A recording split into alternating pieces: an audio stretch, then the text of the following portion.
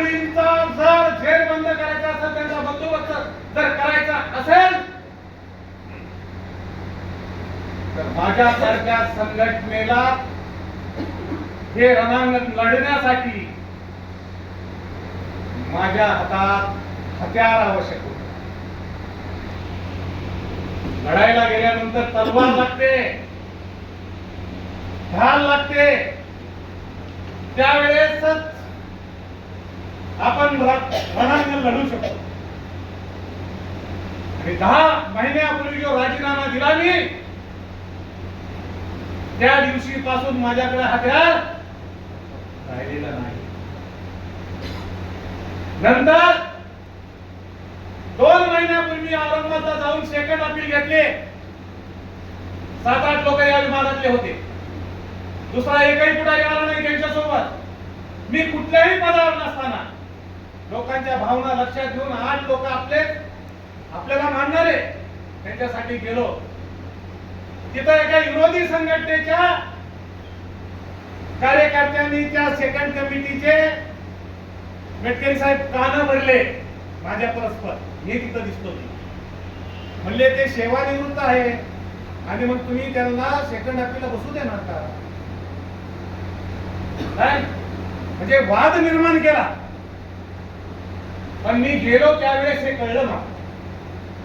मग ते तुमचे जावळे होते, मला ते चांगले ओळखते. एक जुना कार्यकर्ता आहे, चांगला आहे. बॉम्बे सेंटरला त्यांच्या गाठी भेटी झालेल्या आहेत.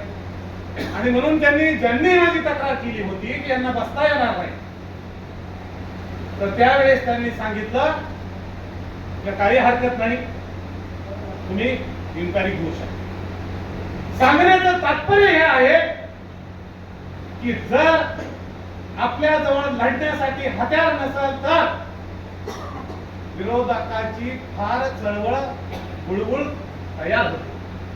आणि म्हणून मित्रांनो, काही लोकांच्या जर मनात असं असेल की गावडे साहेबांनी सेवा शक्ती संघर्ष युनियनचं व्यासपीठ का निवडलं, तर त्या पाठीमागची भूमिका माझी ही आहे की भविष्यात येणारा काळ हा आजच मला बोलतोय की भविष्यामध्ये कर्मचाऱ्याचे जे अनेक प्रश्न पेंडिंग आहेत आणि ते प्रश्न जर तुम्हाला तडीस द्यायचे असतील तर सेवा शक्ती संघर्ष कसा नाही. मी तुम्हाला प्रश्न विचारणार आहे. या संघटनेच्या पदावर राज्य पातळीवर 2 आमदार काम करतात, बरोबर आहे. सरचिटणीस ते आपल्यातले आहेत, मेटकरी साहेब. तो विषय थोडा बाजूला ठेवू आपण. आता मला सांगा की जर एखादा मान्यता म्हणून पुढारी जे मिळवते, त्यांना माझं असं म्हणणं आहे की समजा परिवहन मंत्र्याकडे एखादं काम आहे आणि तेच काम आमचे पडळकर साहेब, खोत साहेब किंवा त्यांच्या सोबत आमचे मेटकरी आहेत. परिवहन मंत्र्याकडे जाण्यासाठी मला सांगा त्यांना चिठ्ठी द्यावी लागणार आहे का? गेले की डायरेक्ट एंट्री आहे का नाही? आज एक उद्या माझी बी असते त्यांची पावर. साहेब मी स्वतः मला कोणावर टीका करून मोठा व्हायचं. मी बी काही संघटनेचं मीठ खाल्लेलं आहे. त्या मिठालाही आपण जागलं पाहिजे. पण जागायचं किती? आमचे तोंड दाबून तुम्ही किती दिवस मुक्याचा मार देणार आणि किती दिवस खायचा, याला काही मर्यादा आहे का नाही? आणि म्हणून मी स्वतःचा अनुभव सांगतो की अनेक वेळा मी माझ्या माजी नेत्यासमोर मंत्रालयात गेलो, एमडी कडे गेलो, परिवहन मंत्र्याकडे गेलो. चिठ्ठी दिल्यानंतर दिवस सुद्धा तुम्हाला त्या ठिकाणी बोलावलं जात नाही. कदाचित त्या दिवशी तुम्हाला वापस सुद्धा यावं लागतं, हे मी स्वतः अनुभवलं. सांगण्याचं तात्पर्य माझं हे की भविष्य काळामध्ये त्यांच्यात आणि आपल्यामध्ये काय फरक राहणार. आता तुम्ही म्हणता की आमची एवढी मोठी संघटना आहे. मला थोडं तुम्हाला उदाहरण द्यायचं. आता ताज माग जर मी गेलो तर मी तुम्हाला सांगतो 365 दिवस तुम्हाला मटेरियल पुरवून एवढं माझ्याकडे मटेरियल. पण मी एक शब्द वापरला, जिथं आपण तिथं राहिलो मी निंदा करणार नाही. आणि मग त्यांनी जर चांगलं काम केलं असतं, आम्ही अनेक वेळेस सत्तार साहेबांच्या समोर आम्ही बोललेलो आहे की जर तुम्ही चांगलं काम केलं असतं, पहिल्या 3च संघटना होत्या एसटी मध्ये, त्याच्यानंतर आता 32 झाल्या, मग 29 संघटनांनी जन्मच घेतला नसताना. परंतु तुम्हाला दिलेले अधिकाराचा तुम्ही वापर व्यवस्थित केला नाही, म्हणून तुमची मान्यता सुद्धा गेली. कोर्टाने काय निर्णय दिला की तुम्हाला जी मान्यता कर्मचाऱ्यांच्या हितासाठी दिली होती,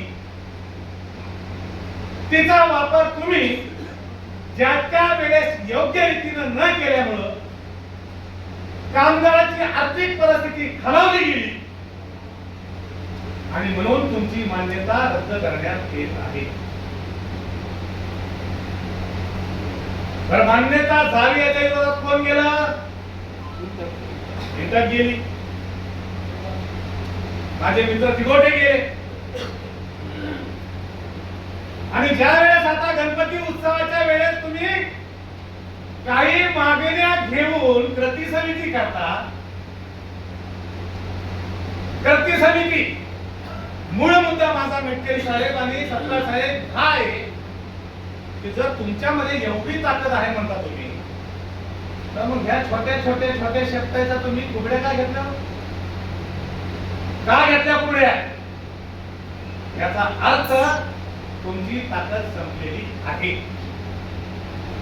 आणि त्याच्याही पुढे जाऊन मला असं म्हणायचं की किती स्वाभिमान तुम्ही घाण ठेवणार आहे. तो ज्या तिगोटीने तुमची मान्यता घातली आणि ज्या तिगोटीची संघटना एसटी मधून संपली, खरं खोटं बोलतो मी, संपली, त्याला तुम्ही संपात कृती समितीमधून बरोबर घेतात. काहीतरी वाटलं पाहिजे. त्याने तुमची मान्यता घातली म्हणजे एवढे तुम्ही कमजोर झाला, हे कर्मचाऱ्यांमध्ये संदेश गेला ना साहेब, बरोबर आहे. आणि म्हणून मित्रांनो हेच आहे की भविष्य काळामध्ये सुद्धा